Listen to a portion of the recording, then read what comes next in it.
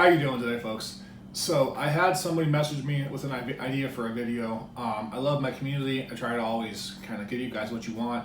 This time I can't do it. The subscriber asked me to purchase 5 clone knives and then compare them against 5 reduction knives or customs. It's a good idea, to be clear. I don't support clones. I used to have a lot of arguments in regards to why they were necessary in the industry, in regards to ergonomics, hand feel, styling, basically giving you a general idea of what the full custom or production is like. Over time, I've realized that is horribly wrong. Also, over time, I've realized and talked to makers and community members, and I understand the depth and the money and everything else that goes into making a full-on custom knife or even a production knife design. The engineering required is insane and personally way beyond myself. So to have a company come in there and basically take their idea, their time, their labor, it is theft at the most basic of levels. And if you support clones currently, hopefully at the end of this video, you'll understand why I don't. And maybe, just maybe, you'll think about it a little differently yourself and buy direct from the maker. I take a while to save up for it, but I assure you it'll be worth it. But enjoy the video. All right, so let's get this dumpster fire rolling. One of the first things I want to talk about are the differences, right? So here is a Dirac Delta proof run. Okay, 4.4 ounces. Here is a Lightning clone version of it, 7.6. At the most bare basic fundamental level, that makes them inherently different. You can also take a look at the different jimpings. While it's similar, it's not the same. The clips are not the same. The glass breakers are not the same. The blades are not the same, though they both do sting like crazy because this needs to be serviced very badly. If you're trying to get a handle of a knife, right? And this happened a lot when I was just starting to get into the whole hobby. And I want to be very clear, the more I understood about clones, the more I just really started to detest them. But I had this thing to where, oh yeah, I want to see something that feels in hand. And so this feels really good in my hand. But here's the thing about that. It isn't the same thing. You know, weight, ergonomics, the different jimpings, the styling, everything else like that. It doesn't matter how similar it is to the production. A clone will never be able to match what the actual production, much less a custom piece, will be. They just don't care. They are designed to turn a profit off an established design. So all they have to do is look like it and function similar to it, but not identical. And if you're dealing with something like a knife, for example, the little things, they genuinely add up in a very profound way. So in the end, this, which is $380, does not compare to this, which is $45. And to be honest, why would it? If you think about it logically, there's no way in hell it's ever going to be the same.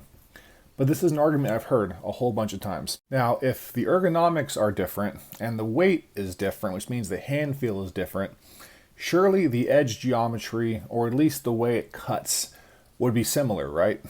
Now, this is a Marfione custom Annex clone, to be very clear. I have had an actual Annex. It is an absolute laser beam. This clone slices. It's not the same. It's also D2 instead of, I believe, mine was M390. So it's not the same. It's not even similar. It won't even go through a box. And this is one of the lower budget clones, right? So now let's talk about the higher end, because there's always two different categories. There's the people that just want to try the general piece out, so they grab a low budget one, which stands the most chance of it being horribly inaccurate and as such not a proper rendition of what the actual knife is. And there's the higher end. And this knife leaves a bad taste in my mouth because a friend of mine gave this to me as the real thing. We had a pretty major falling out. Ath just didn't want to be reminded of him and this knife, so I went to go sell it. And I happened to be very lucky, right? I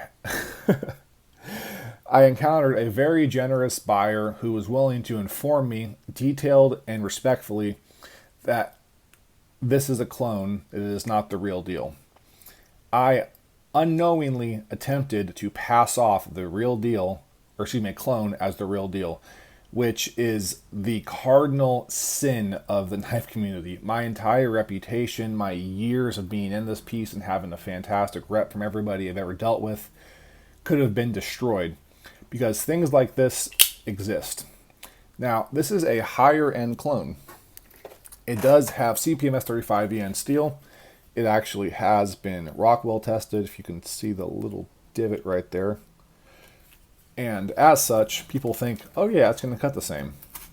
Now, it cuts better than the Annex clone, but it's still not the same. The little details in the edge aren't going to be there. It's just not going to happen. It doesn't matter how good looking it is or whatever the case may be or how close you think it's going to be. It's never the same. I've actually handled a custom one of these as well as the production one, which is the DOC. And I can tell you, it's not even similar. It's really genuinely not. So at the end of the day, you really kind of got to ask yourself a question. If the edge, ergonomics, handle feel, and everything else about a clone is not the same as an original, why the hell would you buy it? Now, you could buy it to make probably wildly inaccurate size comparisons. You can buy it because in certain very rare cases with certain yap makers, the clones are a little bit better than the actual full-on $1,200-$1,400 customs. But at the end of the day, if you're like me and you love the knife community and you love the makers and the people that put their time, their money, their labor, their great intelligence, and their fantastic ability to make a functional piece of art, there's really only one place to put clones. That place, my friends, is in the fucking fire. Because clones are a goddamn travesty, and they should be burned. Because, folks, at the end of the day, whether it be production, customized, mid-tech, custom, or a piece that the community made themselves and made their own, these people, they gave us their time, they gave us their love, they gave us their trust, they gave us their effort and their skill and their knowledge, and imparted into us a beautiful, functional piece of artwork that we can use, abuse, carry, put in a safe, never touch it every day. It doesn't matter how you use it or how you carry it or how you love it. You love it, you care about it, and we should respect the people that brought it to us. Do not buy clones. I cannot stress it enough. Support your makers. I love you all very much. As always, please take care.